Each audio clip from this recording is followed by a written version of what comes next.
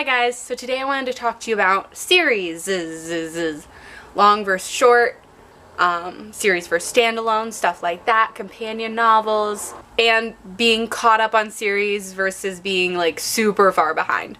Okay, so the first topic is long versus short series. So the longest series that I've ever read was A Series of Unfortunate Events, and I loved it. Like, as a child, this is just great because it's, you know, it's a long series, but they're short books, and you don't have to read them all at once, but you still get to come back to these characters that are familiar to you.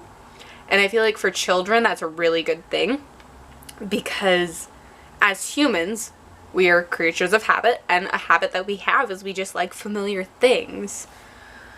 So starting with a young age, it's great because also you have all of those books. Like, I have over 20 Winnie the Pooh books because familiar character.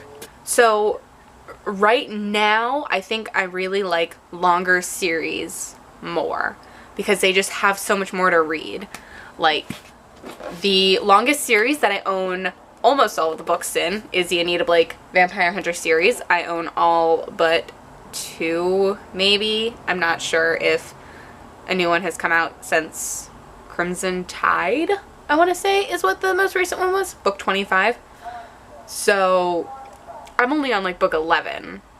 And I love it. Going along with the whole, you know, being caught up on a series or being really far behind, I love the fact that I'm not even halfway through this series right now because I have so many books to read. I just, whenever I feel like it, I can dip in and out of this series and just enjoy it for now. Something that I noticed with the Zodiac series by Romina Russell is that there are 3 books out so far. I don't know how long the series is going to be, but every time a new book comes out and I go to read it, I have to like think really, really hard to remember what happened in the last book. Because I read so many books, I don't have an amazing memory, so I don't really remember what happened in this book. I have a couple images or something, but I don't really remember well enough to go into the next book. So that's one of the reasons that I really like being behind on a series, because then I can catch up, but I can also read the books in a row if I want to, or read one book in between each of them, because then I'm more likely to remember what happened in the book previous, whereas if I wait a year to read the book, I don't remember half of what happened in the last book, even though I really, really enjoyed it. I really think that's about it, actually. This is my second time filming this because I remembered something else I wanted to add. And I also did a bunch of extra filming or talking in that video that I didn't want to put in there, so I just decided to re-record this. But basically, I prefer long series to short series. I prefer series. I do enjoy a good standalone. I would have to say I prefer standalones sometimes. I read more standalones, but I really, really enjoy long series. I'm glad that there aren't a lot of them, and that I'm currently only in the middle of 5 series right now.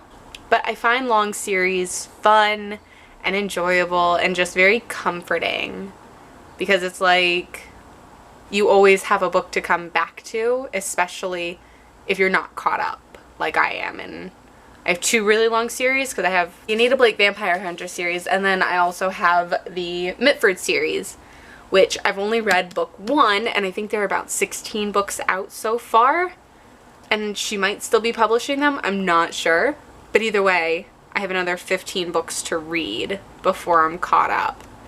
So I really enjoy that about this series too, is that if I want to, I can just marathon a couple of them and then not pick another one up for a couple of months, but still have more to read. And I don't have to worry about falling behind because I'm already behind. I'm so far behind that nobody's talking about these books anymore, so it's irrelevant.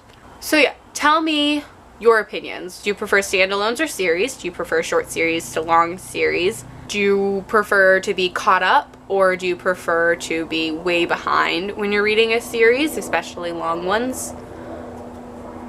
What are your thoughts on all of these? What is the longest series that you have ever completed? Mine is A Series of Unfortunate Events.